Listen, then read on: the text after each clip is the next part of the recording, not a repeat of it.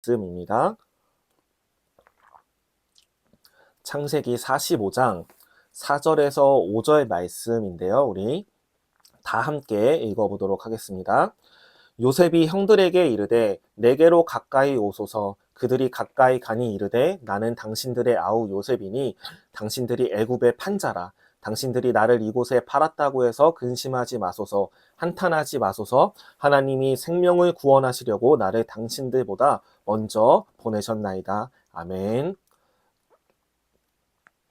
오늘의 설교 제목은 왜 나에게 이런 일이입니다. 왜 나에게 이런 일이.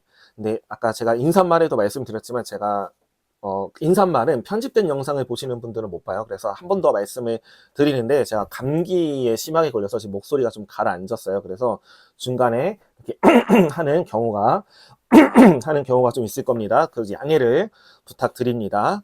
자, 제가 저번 주에 구독자 한 분을 만났어요. 순수한 교회 구독자 한 분을 만났는데 그 구독자가 누구냐면 저의 친구의 친구예요. 친구의 친구인데 그 친구는 기독교를 안 좋아하는 친구입니다. 기독교를 안 좋아하는 친구인데 저 때문에 설교를 찾아 들었다는 거예요.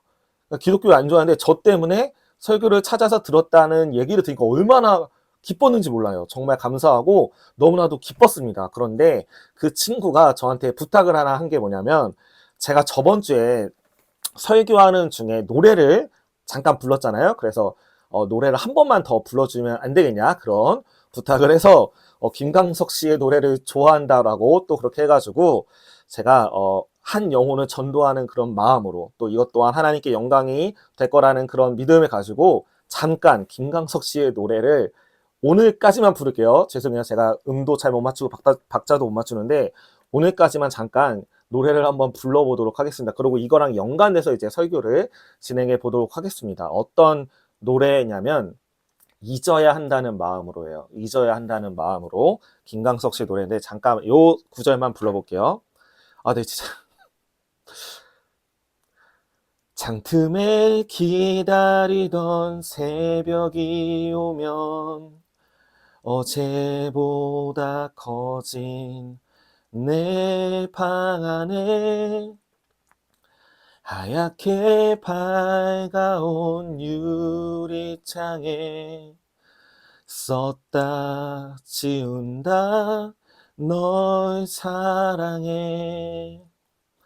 하얗게 밝아온 유리창에 썼다 지운다 널 사랑해.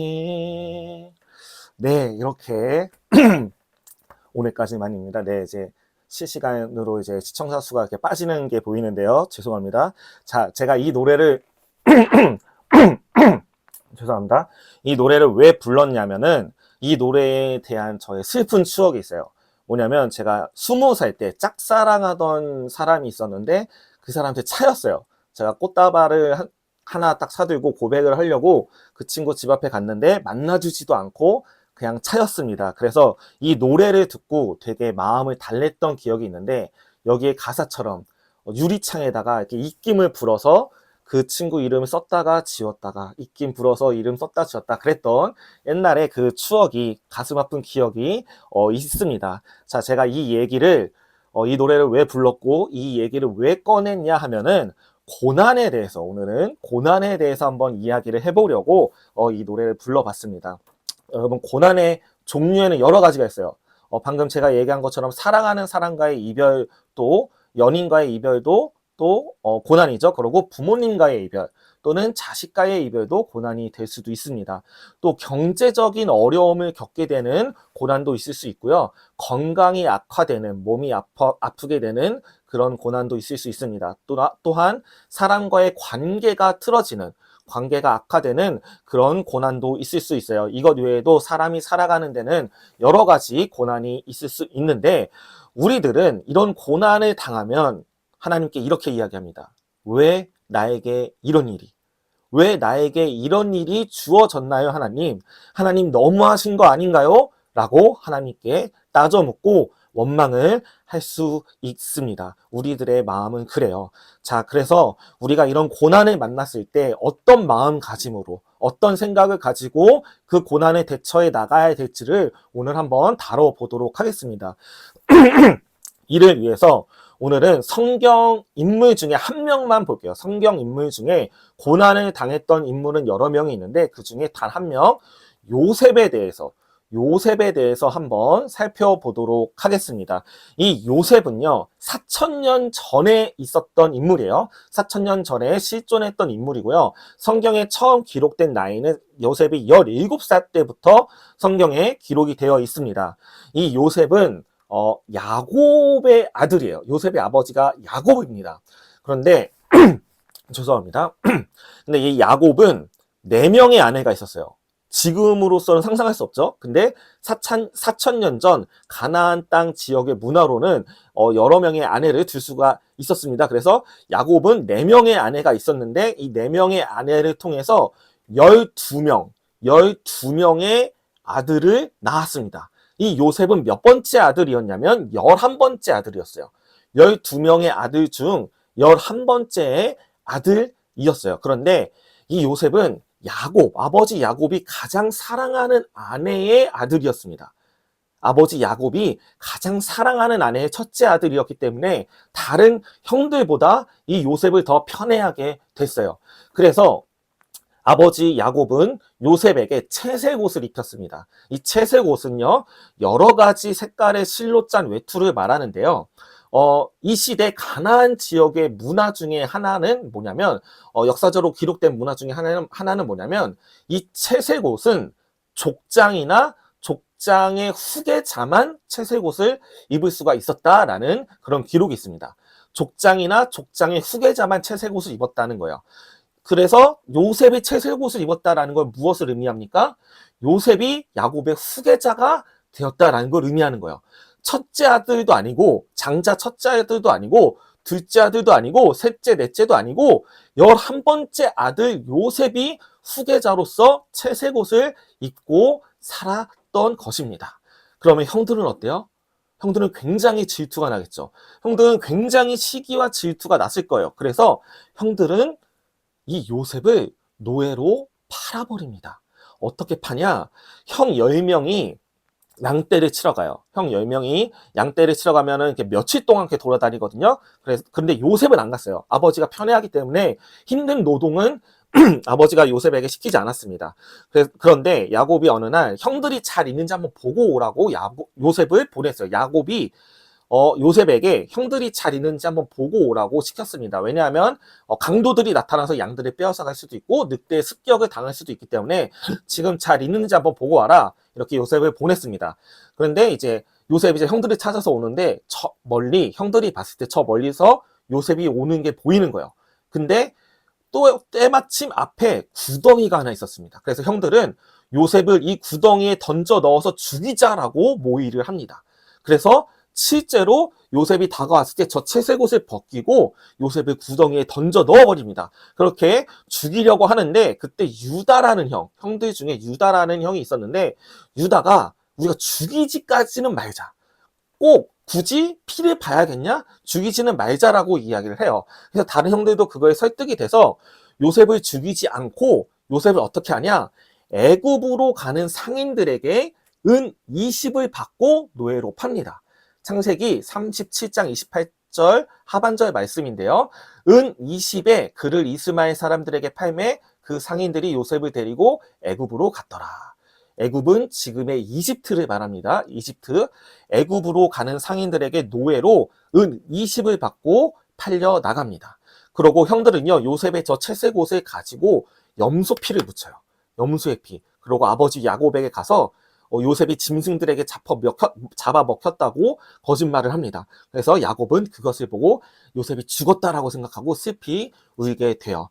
이렇게 요셉은 아무런 잘못이 없죠. 아무런 잘못이 없이 노예로 팔려나갑니다. 그때 나이가 17살이에요. 아무런 잘못 없이 노예로 17살 때 팔려나가게 됩니다. 그렇게 노예로 팔려가서요. 노예 생활을 11년 동안 하게 됩니다. 누구의 노예로 갔냐면 애굽은 왕을 무조건 그냥 바로 왕이라고 하거든요. 여러 명의 시대에 따라서 여러 명의 왕이 있었을 거 아니에요. 근데 그냥 다 바로 왕이라고 해요. 근데 그 바로 왕의 친위대장, 그러니까 지금으로 치면 경호대장이에요. 친위대장 보디발의 집에 노예로 팔려갑니다. 그러니까 애굽의 바로 왕의 친위대장 보디발의 집으로 노예로 팔려가게 돼요. 그런데 노예 생활을 하고 있는 요셉에게 하나님이 은혜를 주십니다. 어떤 은혜를 주시냐? 창세기 39장 3절 말씀 우리 다 함께 읽어보겠습니다. 그의 주인이 여호와께서 그와 함께 하심을 보며 또 여호와께서 그의 범사에 형통하게 하심을 보았더라. 아멘. 하나님께서 요셉과 함께 해주세요. 그 노예 생활, 그 고난 속에서도. 그래서 여호와께서 하나님께서 그의 범사, 그가 하는 모든 일을 형통하게, 일이 잘 되게 해 주십니다. 하나님이 함께 하심으로 형통한 삶을 고난 속에 있지만 살게 해주세요. 그래서 주인 보디발이 이것을 보고 요셉을 가정 총무로 세웁니다. 그러니까 자신의 집, 얼마나 크겠어요, 그 집이? 자기 집에서 가장 높은 사람, 자기 발에 바로 아랫사람으로 요셉을 세워요. 그래서 자신의 소유를 다 맡겨서 관리하게 합니다. 밭이랑 재산, 사람, 모든 것, 곡식 이런 것들을 다 요셉에게 맡겨서 관리하게끔 하는 그런 하나님의 은혜가 있었습니다. 그런데 한 가지 사건이 벌어져요. 그 사건은 뭐냐면 보디발의 아내의 유혹입니다. 보디발의 아내의 유혹. 자, 창세기 39장 지금 3절을 봤는데 6절을 보면은요. 요셉의 용모가 빼어나고 아름다웠다라고 나와 있습니다. 엄청 잘생겼다는 거예요, 요셉이. 그래서 보디발의 아내는 나와 동침하자. 자꾸 그렇게 유혹해요. 나와 함께 자자라고 날마다 요셉에게 유혹을 했습니다. 그럴 때마다 요셉은 싫다고 뿌리치고 떠났어요. 그러던 어느 날 보디발의 아내가 또 요셉과 단둘이 있게 됐을 때 요셉의 옷을 딱 잡고 나랑 동침하자라고 또 이번에도 유혹을 합니다. 그런데 이번에도 요셉은 옷을 버리고 밖으로 나가버려요. 옷을 잡혔으니까 옷을 그냥 벗어버리고 밖으로 나가버립니다. 이때 보디발의 아내가 굉장히 화가 났어요. 자존심이 상한 거예요. 계속 자기를 거부하니까. 그래서 사람들을 불러 모아서 거짓말을 합니다. 어떤 거짓말이냐면 요셉이 나를 덮치려고 했다. 그래서 내가 큰 소리를 쳤더니 요셉이 이 옷을 버려두고 도망을 갔다라고 거짓말, 모함을 하게 됩니다. 이 소식을 친위대장 보디발이 듣게 돼요. 그래서 보디발은요, 크게 분노하게 됩니다. 자기의 아내를 겁탈하려 했으니 엄청나게 분노를 하게 돼요. 그래서 보디발은 요셉을 감옥에 가둬버립니다. 창세기 39장 20절 말씀입니다. 이에 요셉의 주인이 그를 잡아 옥에 가두니 그 옥은 왕의 죄수를 가두는 곳이었더라. 요셉이 옥에 갇혔으나. 자, 요셉은요, 이번에도 아무 잘못 없이 감옥에 갇혀버립니다. 아무런 잘못 없이 노예가 됐는데 그 노예 생활 11년이 지난 후에 또 아무 잘못 없이 감옥에 갇히게 돼요. 근데 여기서 재밌는 포인트는 뭐냐면 요셉이 하나님을 원망했다는 대목이 성경에 없습니다. 자기의 잘못 없이 고난을 계속 겪고 있는데 요셉이 하나님을 원망했다는 대목이 성경에 없어요. 왜 나에게 이런 일을 주십니까? 하나님 너무하십니다라고 하나님께 따져 묻는 요셉의 모습이 성경에는 기록되어 있지 않습니다. 자, 이렇게 요셉은요, 감옥에서 또 2년간 살아가게 됩니다. 요셉은 감옥에서 또 2년간 살아가게 되는데, 그런데 이 감옥의 고난 속에서도요, 하나님은 요셉과 함께 하심으로 요셉을 형통하게 해주세요. 창세기 39장 21절부터 22절 말씀입니다. 여호와께서 요셉과 함께 하시고 그에게 인자를 더하사 간수장에게 은혜를 받게 하심에 간수장이 옥중 죄수를 다 요셉의 손에 맡김으로 그 재반 사물을 요셉이 처리하고. 자, 이 고난 속에 있는 그 감옥 속에서도 하나님이 요셉과 함께 하셔서 간수장에게 은혜를 받게 해요. 그래서 간수장의 신뢰를 받아서 모든 감옥의 재반 사물을 요셉이 다 처리하게끔 합니다. 여기서도 하나님은 요셉과 함께 하심으로 형통한 삶을 살게 해주신 거예요. 그런데 이 감옥에서 요셉은 2명의 사람을 만납니다. 첫 번째 사람은 왕의 술 맡은 관원장이고 두 번째 사람은 왕의 떡 굽는 관원장입니다. 이 왕의 술 맡은 관원장과 왕의 떡 굽는 관원장을 만나게 되는데 이 둘은요, 어느 날 한날에 꿈을 꾸게 돼요. 근데 각자 다른 꿈을 꾸게 되거든요.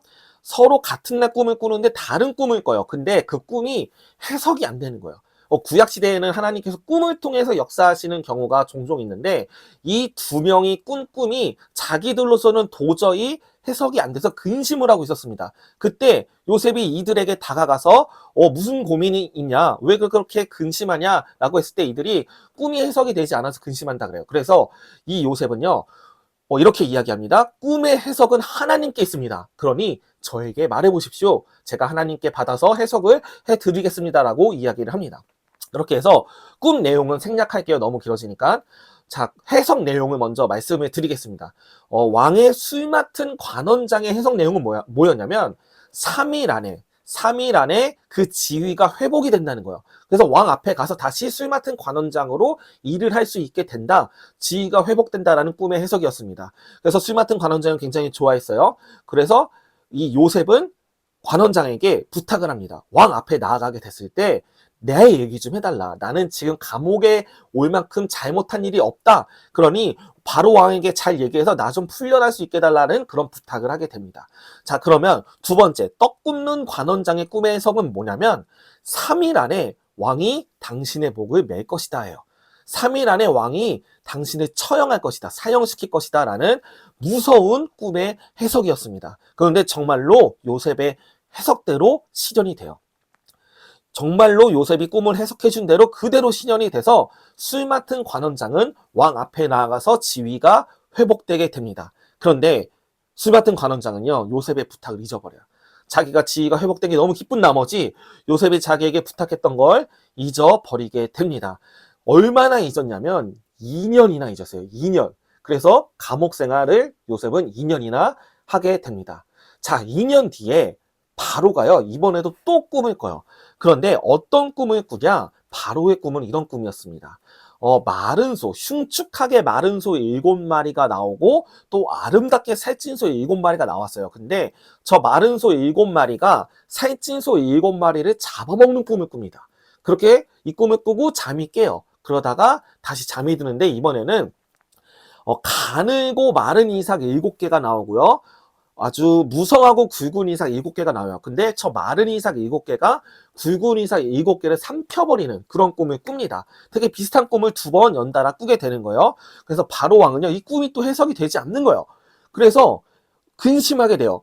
그래서 애굽 전역에 있는 점술가와 현인들, 지혜자들을 모아서 꿈 얘기를 해주면서 이 꿈이 무슨 뜻인지를 해석해달라고 합니다. 하지만 단 한 명도 이 꿈을 해석해 주지를 못합니다.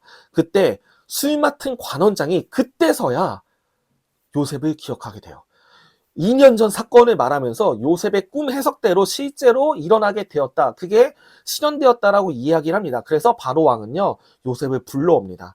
이렇게 해서 요셉은요, 2년 만에 감옥에서 벗어나요. 요셉은 2년 만에 감옥에서 벗어나서 꿈을 해석해 주는데 어떻게 해석해 주냐? 이거는 하나님이 요셉을 통해서 꿈을 해석해 주는 거예요. 어떤 꿈 해석이냐면은 저 마른 소 7마리와 마른 이삭 7개는 흉년입니다. 7년 흉년이에요.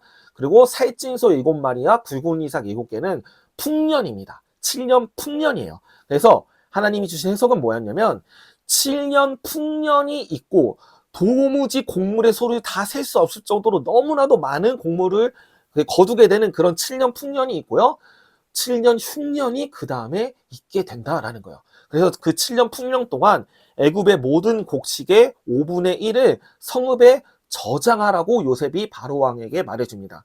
그래서 7년 흉년에 대비해야 된다라고 이렇게 솔루션까지 꿈 해석에 더해서 해결책까지 제시를 해주게 돼요. 그러다 보니 이렇게 이야기를 하니까요. 왕과 신하들이 이 얘기를 듣고 엄청 감동을 하게 돼요. 하나님의 영이 이와 함께 있는 자를 보지를 못했다. 라면서 감동하면서 명철하고 지혜로운 자라고 칭찬을 합니다. 그러면서 왕이요, 요셉을 애굽의 총리로 세웁니다. 왕 바로 밑에 2인자, 왕 바로 밑에 권력가로 총리를 세워요. 그래서 요셉은요, 애굽 온 땅을 다스리는 총리로 올라가게 됩니다. 자, 어때요? 지금 노예로 몇 년 살았죠? 노예로 11년 살았어요. 그리고 감옥에서 2년 살았어요. 총 13년 만에 요셉은 회복하게 돼요. 그래서 17살 때 노예가 됐으니까 13년 만에 30살 때 총리의 자리에 앉게 됩니다. 요셉은요, 이렇게 총리의 자리에 앉게 된 이후에 형들을 만나게 되는데요. 하나님이 알려주신 대로 요셉은 7년 풍년 동안 그 곡식들을 다 모아서 5분의 1을 모아서 성읍에 저장합니다. 그리고 7년 흉년을 대비를 했어요. 그렇게 7년 흉년 동안 주변 나라에서는 그 대비를 못했기 때문에 애굽으로 곡식을 사러 많이들 왔습니다. 그때 애굽의 주변에 있었던 주변 지역에 있었던 가나안 땅에 살던 이 요셉의 형들도 애굽으로 곡식을 사러 옵니다. 요셉의 형들 10명이 같이 곡식을 사러 애굽에 와서요. 요셉, 애굽의 총리인 요셉 앞에 엎드려서 절을 하게 돼요. 근데 형들은 요셉인지를 못 알아봅니다. 요셉도 바로 처음에 내가 당신들의 아우 요셉이다 라고 말하지 않습니다. 그러고 어떤 우여곡절의 사건이 있는데 이것은 또 너무 길어지니까 생략하고 이제 드디어 그 형들을 만났잖아요. 형들을 만나서 요셉이 자기가 동생이라고 밝히는 순간이 다가오게 됩니다. 그런데 여러분이 지금 요셉의 입장이라고 한번 생각해 보세요. 13년 전에 내가 울며 불면서 살려달라고 그렇게 했지만 나를 죽이려고 구덩이에 던졌고 또 노예로 팔았던 그 형들 지금 보면 얼마나 밉고 얼마나 서럽겠습니까? 이들을 당장 감옥에 가두거나 당장 사형시키고 싶은 그런 마음이 들지 않겠습니까? 그런데 이 요셉이 이 형들을 만났을 때 어떤 이야기를 했는지 한번 우리 다 함께 살펴봤으면 합니다. 창세기 45장 4절 오늘의 본문 말씀입니다. 우리 다 함께 읽어보도록 하겠습니다. 요셉이 형들에게 이르되 내게로 가까이 오소서. 그들이 가까이 가니 이르되 나는 당신들의 아우 요셉이니 당신들이 애굽의 판자라. 나는 당신들의 아우 요셉이니 당신들이 애굽의 판자라. 이 얘기를 듣고 형들이 엄청나게 놀랐습니다. 자기들이 13년 전에 노예로 팔았던 요셉이 지금 애굽의 총리로 저렇게 있구나. 이 사실을 알은 형들은 어떤 생각이 들었을까요? 우린 죽었다. 요셉이 우리를 가만히 냅두지 않을 것이다 라는 그 짧은 순간 이런 5만 가지 생각이 지나쳤을 것입니다. 그런데요, 요셉이 이어서 어떤 이야기를 하는지 한번 우리 다 함께 창세기 45장 5절 말씀을 읽어보겠습니다. 당신들이 나를 이곳에 팔았다고 해서 근심하지 마소서, 한탄하지 마소서. 하나님이 생명을 구원하시려고 나를 당신들보다 먼저 보내셨나이다. 생명을 구원하시려고 하나님께서 나를 당신들보다 먼저 애굽에 보내셨다라는 이런 이야기를 합니다. 7년 흉년간 죽어갈 수많은 생명을 살리기 위해서 하나님이 나를 애굽에 먼저 보낸 것이다 라는 고백을 하는 거예요. 내게 고난을 준 형들을 처벌하겠다라는 그런 생각과 말을 하는 것이 아니라 오히려 나에게 찾아온 고난은 생명을 살리기 위한 하나님의 놀라운 섭리였다는 그런 고백을 하는 요셉입니다. 여러분, 요셉이 어떻게 이런 고백을 할 수 있었을까요? 그 고생을 해놓고 그 13년 동안 그렇게 힘든 고생을 해놓고 어떻게 이렇게 위대한 고백을 할 수 있었을까요? 그 이유는 바로 하나님이 요셉과 함께 하셨기 때문입니다. 창세기 39장 2절 하반절 말씀을 읽어보겠습니다. 다 함께 읽겠습니다. 여호와께서 요셉과 함께 하심으로 그가 형통한 자가 되어. 하나님이 함께 하심으로 요셉은 형통한 자가 되었습니다. 이 하나님이 함께 하심으로 형통한 자는 두 가지의 의미를 갖고 있어요. 첫 번째는 실제로 하는 일이 잘 된다라는 의미입니다. 하나님이 함께 하심으로 하는 모든 일, 범사에 잘 된다라는 그런 의미를 갖고 있고요. 두 번째는 하나님이 함께 하심으로 믿음의 시선을 갖게 된다라는 의미가 있습니다. 하나님이 함께 하심으로 나의 삶을 해석하는 게 세상의 시선 또는 좌절의 시선이 아니라 하나님의 시선으로 나의 인생을 해석한다라는 그런 의미가 하나님이 함께 하심으로 형통한 자라는 말에 담겨져 있는 것입니다. 우리도 이와 같이 하나님이 함께 하심으로 형통한 자가 될 수 있기를 바랍니다.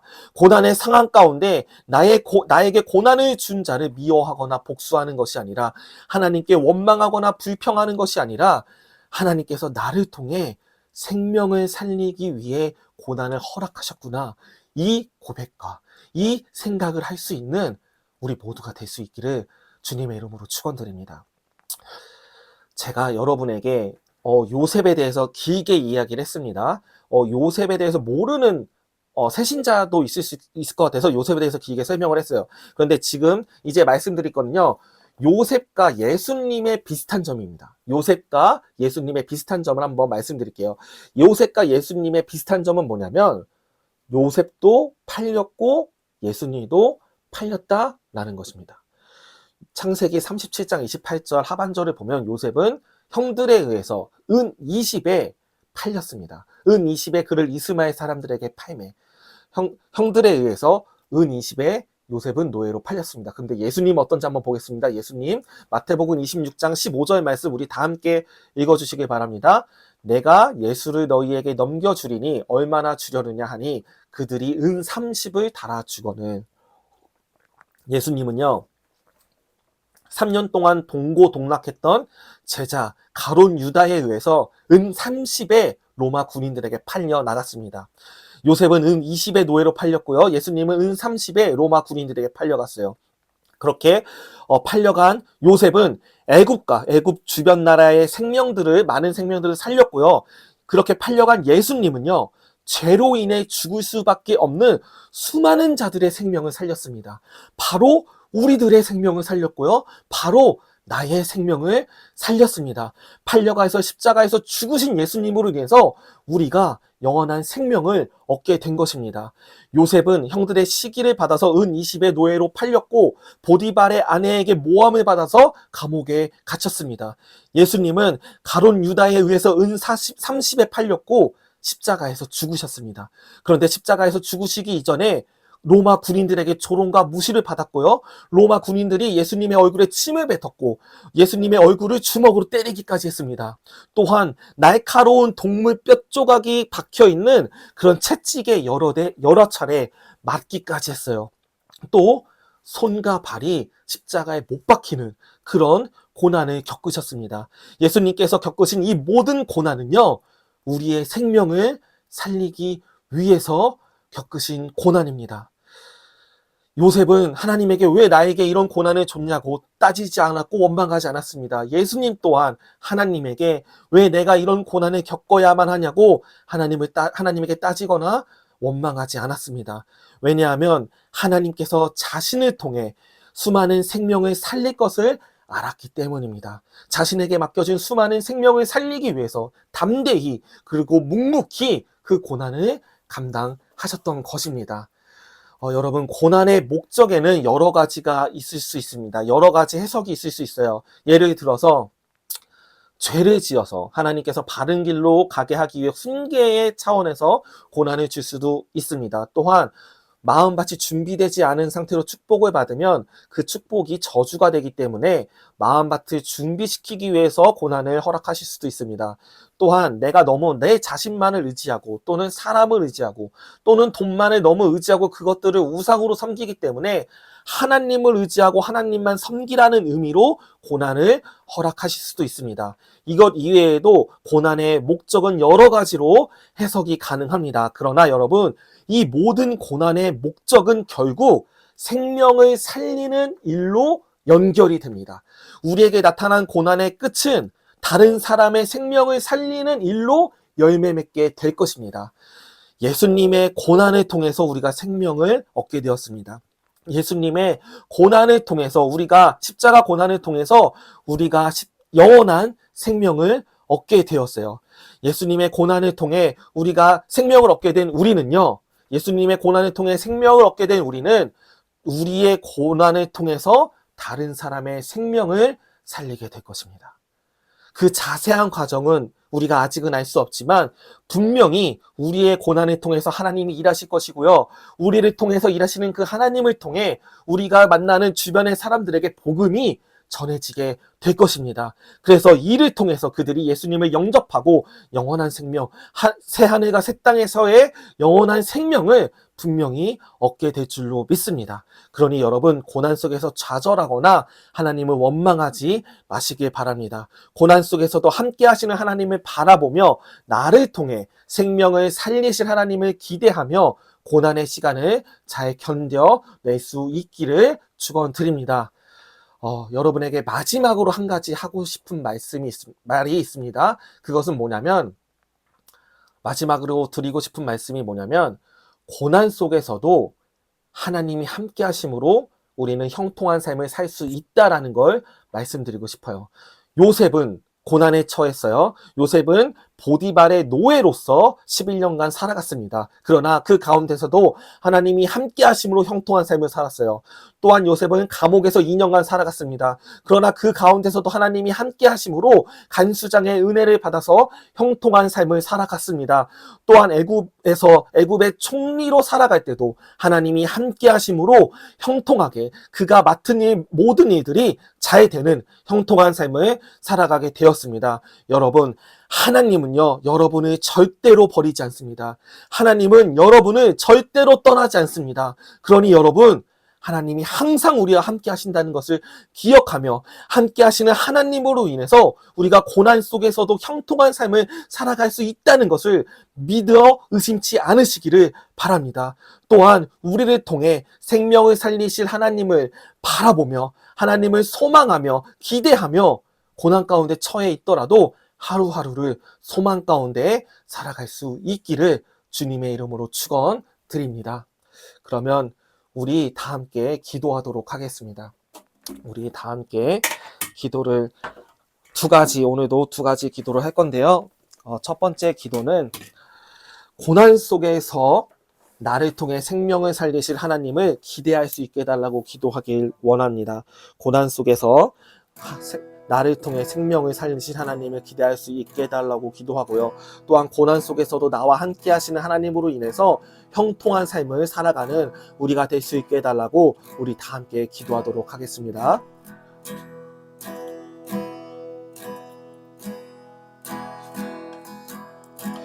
하나님 아버지, 우리가 고난 속에 처해 있었더라도 아버지 나를 통해 살아가는 아버지 그 생명을 살리는 일을 기대하며 나아가게 하여 주시옵소서. 아버지, 우리가 고난 속에서도 하나님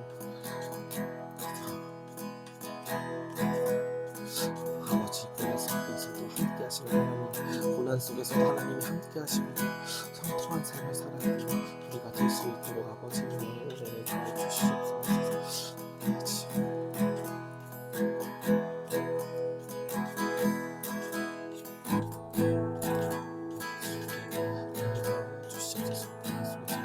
함께 하시는 하나님의 형통한 삶을 살아갈 수 있는 우리가 될 수 있도록 주시옵소서. 우리 두 번째 기도할 거는요, 고난 속에 처한 이웃을 위해서 중보기도 했으면 합니다. 고난 속에 처한 이웃들, 나의 친구나 부모나 또는 아는 지인들, 몸이 아픈 지체나 경제적으로 힘든 지체나 사랑하는 사람과의 이별 때문에 마음 아파하는 지체들, 또한 사람과의 관계가 틀어져서 아파하는 지체들이 있다면 우리 그들을 위해서 그들과 하나님이 함께하여 달라고, 그래서 위로해 주시고 평안해 주시고 하나님께서 그 문제들을 해결하여 주시는 은혜 또한 있게 해달라고, 하나님이 함께 하심으로 형통한 삶을 사는 그들이 될 수 있게 해달라고 우리 다 함께 기도하며 나아가도록 하겠습니다. 하나님 아버지, 우리 가운데 아파하는 지체들이 있습니다. 아버지, 우리 가운데 힘들어하는 지체들이 많이 있습니다. 아버지, 그들 가운데 함께하여 주시옵소서. 하나님의 은혜 가운데 아버지 살아가는 우리가 될 수 있도록 하여 주시옵소서. 아버지, 하나님의 이 은혜만을 바라보며 나아갑니다. 하나님만이 그 문제들을 해결할 수 있습니다. 아버지만이 그 문제들을 아버지 그 문제 속에서 건져낼 수 있습니다. 아버지, 고난 가운데서 건져낼 수 있는 분은 아버지 하나님 영광입니다. 아버지 우리를 들어주시옵소서. 아버지 우리를 도와주시옵소서. 아버지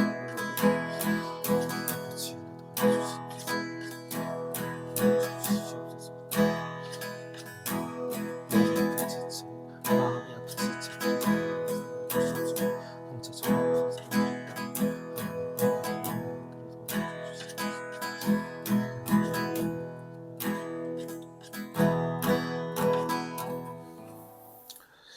하나님 감사합니다. 우리가 하나님 앞에 이렇게 예배를 또한 드렸습니다.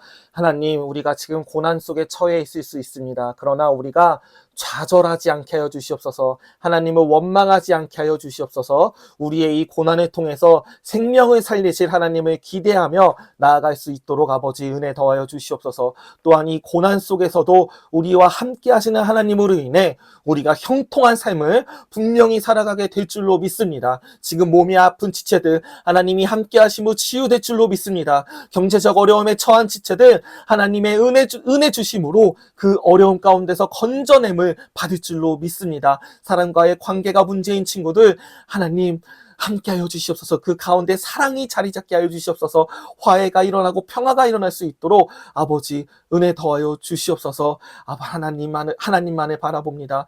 우리의 문제에서 건져내 주실 분은 오로지 하나님만이 우리를 문제 속에서 건져 주신다는 것을 바라보며 믿으며 나아갑니다. 이 모든 말씀 우리 주 예수 그리스도의 이름으로 기도드립니다.